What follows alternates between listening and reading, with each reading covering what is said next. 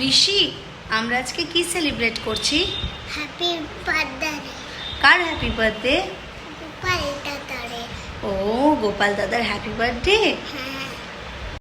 তোমরা নিজে মুখে শুনে নিলে যে ঋষি আজকে সেলিব্রেট করবে গোপাল দাদার বার্থডে। এবার গোপাল দাদার বার্থডের জন্য পোলাও, আলুর দম, পনিরের তরকারি, আর হবে লুচি, সুজি, আর এইবারে একটা নতুন ডিশ বানাচ্ছি। কি জানো? বানাবো গোপালের জন্য সাদা বাটার, যেটা সল্ট ছাড়া। এটা নিজে হাতে বাটারটা আমি তৈরি করব। আলুর দমটা বুঝতেই পারছো মাখা মাখা করে বেশ রেডি হয়ে গেছে। এবার পনিরগুলোকে টুকরো টুকরো করে কেটে আস্তে করে হালকা করে ফ্রাই করে নেব। পনির ফ্রাই করার পর পনির যাতে শক্ত না হয় তার জন্য আমি একটুখানি গরম জলে পনিরগুলোকে ফেলে একটু করে ধুয়ে নিই। তারপরে আলো করে পনিরটাকে রান্না করে নিয়েছিলাম।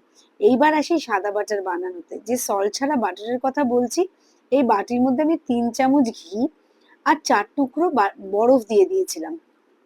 এই বরফটি দেওয়ার পরে ভালো করে এটাকে ফেটিয়ে নিয়েছিলাম ঘিটাকে। ঘিটা ফেটিয়ে নেওয়ার সঙ্গে সঙ্গে আমি দেখি ওটা সল্টেড সাদা বাটারের আকার নিয়ে নিচ্ছে। আর তারপরে যখন হাতে নিই, এতটাই ভালো লাগে যে সত্যি এই জিনিসটা আমি নিজে হাতে তৈরি করেছিলাম, জাস্ট একটা ইউটিউব ভিডিও দেখে। তারপরে বাটারটা যখন পরিবেশন করি, একটা কাচের বাটির মধ্যে গোপুসোনার জন্য নিয়ে নিয়েছিলাম। তার উপর 3-4 টুকরো মিছরি দিয়ে দিয়েছিলাম।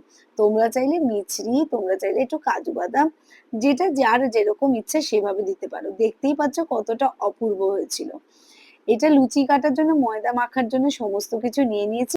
এবার আমার গোপাল সোনাকে ভালো করে স্নান করিয়ে তাকে সুন্দর জামা কাপড় পরিয়ে আমি চুপ করে বসিয়ে রেখেছি। কারণ অপেক্ষা করছি পুরোহিত মশাই আসার। পুরোহিত মশাই এসে গেলেই পুজো শুরু হবে। পুরোহিত মশাই আসার পরে সত্যি মনটা আজকে খুব ভালো লাগছিল। পুজোটা যেন মনে হচ্ছিল আজকে এইটারই অপেক্ষার জন্য ছিল। এতটা অপূর্বভাবে পুজোটা হয়েছে। আর সব থেকে আনন্দের কথা কি জানো?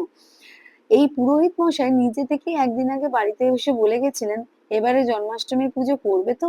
তাহলে বলো, আমি এসে পুজো দেবো।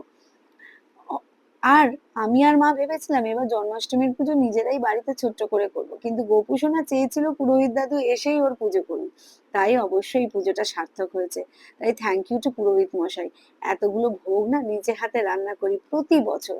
আর এবার গোপালকে ভেবেইছিলাম একটা দোলনা গিফট করব, সেটাও করেছি।